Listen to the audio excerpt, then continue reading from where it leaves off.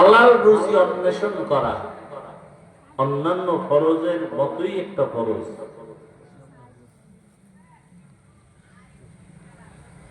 এ কারণে কিয়ামতের ময়দানে সম্পদের হিসাবের বেলায় প্রশ্ন হবে দুইটা: সম্পদ অর্জন করেছো কিভাবে, সম্পদ ব্যয় করেছো কিভাবে।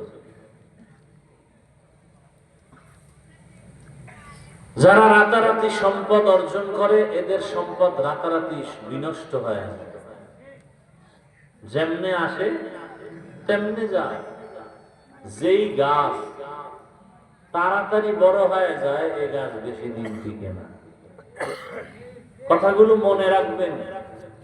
যারা ঘুমের মধ্যে বড় লোক হয়ে যায় বড় লোকগিরি বেশি দিন টিকে না। আর এ কথাও সত্য, হালাল ভাবে কেউ রাতারাতি বড় লোক হতে পারে না, কোনদিন সম্ভব। দাউদ আলাইহিস সালাম একদিকে নবী, অন্যদিকে রাষ্ট্র পরিচালক, অস্ত্র বিক্রি করে সংসার চালায় একজন নবী। আল্লাহ একদিন বললেন, হে দাউদ, আমার এত নিয়ামত দিলাম, শুকর আদায় করো। পয়গম্বর দাউদ আলা নবিয়িনা ওয়া আলাইহিস সালাতু ওয়াস সালাম প্রশ্ন উল্টা করলেন, হে মালিক, আপনার দেয়া নিয়ামতের শুকর আমি আদায় করব, তবে আপনি যদি তৌফিক না দেন কখনোই সম্ভব হবে না। শুকর আদায় করতে কি লাগবে? জবান খুলে কথা বলেন, তৌফিক লাগবে। আপনি তৌফিক না দিলে আমি শুকর আদায় করতে তৌফিক তাআত হামজে তু আমানাত ইজাবাত হামজে তু। तौफीक से होती है ये नेमत की खजीना, तौफीक से होती है ये नेमत की खजीना, हर मर्द की ताकत के आवर है निशाना, हर मर्द की ताकत के आवर है निशाना।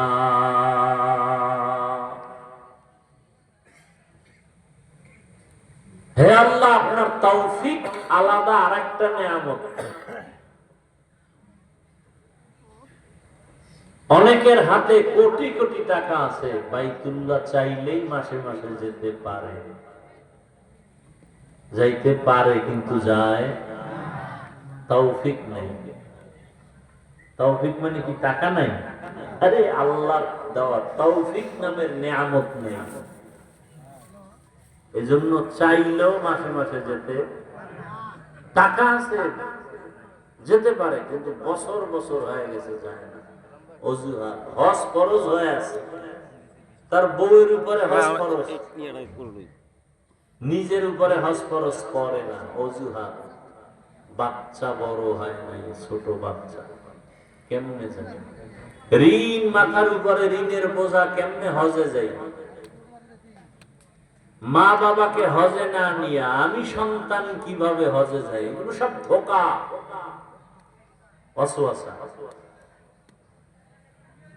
বরং যতদিন পর্যন্ত এই ফরজ হুকুমটা পালন না করবেন ততদিন পর্যন্ত হজ না করার বরকত থেকে মাহরুম থাকবেন। এ ভাই, এই অভ্যাস তো ভালো না।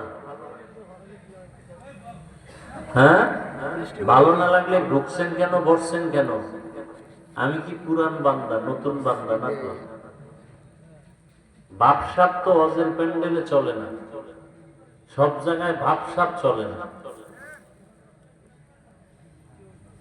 তো দুনিয়া ছাইরা চলে যান,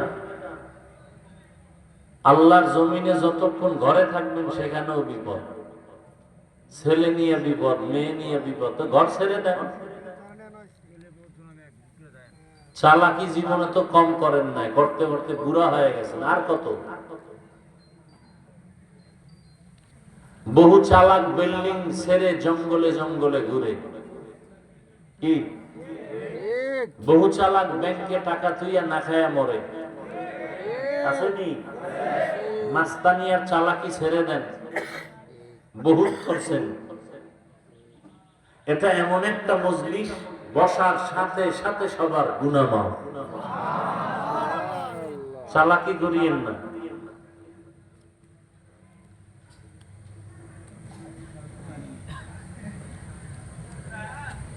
আউযুবিল্লাহ বিসমিল্লাহ পারে না, হুজুরের ভুল ধরে চায়ের দোকানে বসে। আছে না নাই? ভুল ধরা না বেয়াদবি? বেয়াদব। এরকম বেয়াদব আমাদের সমাজে আছে না নাই? মানুষের সব থেকে বড় গুণের নাম আদব। বহু শিক্ষিত কিন্তু আদব নাই, কেউ সম্মান করে না। লিকুল্লি শাইইন যিনাতুন ফিল ওয়ারা ওয়া যিনাতুল মারই তামামুল আদাবি আজ খুদা খা হিমে তৌফিক আদব বেআদব মাহরুম গাশত আজ ফজলে রা। আদবওয়ালা জিন্দেগির বড় দাম। পয়গম্বর দাউদ আলাইহিস সালাম বললেন, হে মালিক,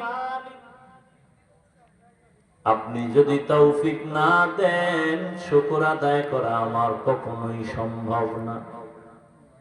আল্লাহ বলেন, হে দাউদ, আমি তোমাকে তৌফিক দিলাম, এবার আদায় করো। দাউদ আলাইহিস সালাম তৌফিক পাওয়ার পর বলেন, হে মালিক, এখনো শুকর আদায় করতে আমি দুর্বল, কারণ আমার শুকরের তুলনায় আপনার তৌফিক নামের নিয়ামত অনেক বড়।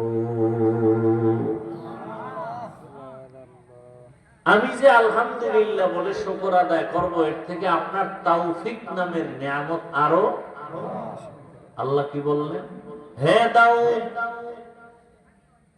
তুমি যে নিজে বুঝতে পেরেছো তোমার শুকরের থেকে আমার তৌফিক নামের নিয়ামত অনেক বড়, এই যে বুঝটা তুমি বুঝতে পেরেছো, এই বুঝটাকেই আমি শুকর হিসাবে গ্রহণ করে নিলাম।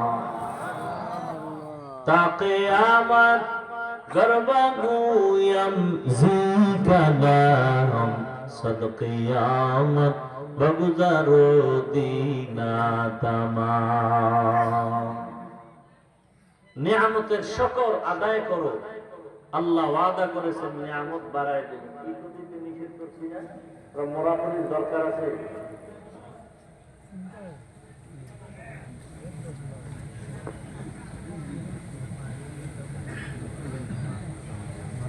নিয়ামত কি আমরা বুঝি না।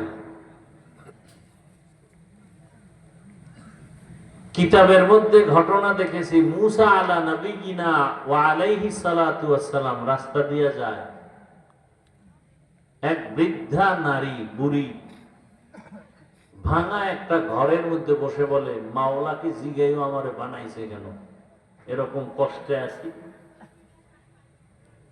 মুসা নবী ফেরার পথে বলে, আল্লাহ বলছে তুমি শুকর আদায় করো। আমার ঘরই নাই, শুকর আদায় কি করবো? ভাঙা যা ছিল তাও বাতাসে নিয়ে গেছে। বুড়ি আল্লাহর বান্দি সেজদায় করে বলে, আল্লাহ এটাও আমার জন্য কি ছিল? নিয়ামত। আল্লাহ আপনাকে আমাকে মানুষ বানাইছেন, বড় নিয়ামত। চাইলে আল্লাহ অন্য পশু বানাইতে পারতেন না? কোনদিন আমরা বলি না, হে মালিক আমাকে মানুষ হিসাবে পাঠাইও। আল্লাহ বলা ছাড়া দয়া করে মানুষ বানাইছেন, বড় নিয়ামত। আল্লাহ যদি মানুষ না বানাইয়া ভেড়া বকরি ভিন্ন প্রাণী বানাইতেন, উম্মতের শ্রেষ্ঠ উম্মত রাসূলের কলিজা আবু বকর সিদ্দিক রাদিয়াল্লাহু তাআলা বকরি বাচ্চা ধরে বলতো, রে তোর কপাল ভালো, আল্লাহ আমার এরকম বানাইতো, উম্মত জবাই করে কেটে খেয়ে ফেলতো, শেষ। কিন্তু আমার তো হিসাবের আদালত সামনে রেডি। আল্লাহর আদালতে দাঁড়ায় সব হিসাব দিতে হবে। নেকের পাল্লা যদি হালকা হয়ে যায়, গুনার পাল্লা যদি ভারী হয়, জাহান্নাম ছাড়া উপায় নাই। এই বলে আর চোখের পানি ছেড়ে কান্না করেন কে? কে?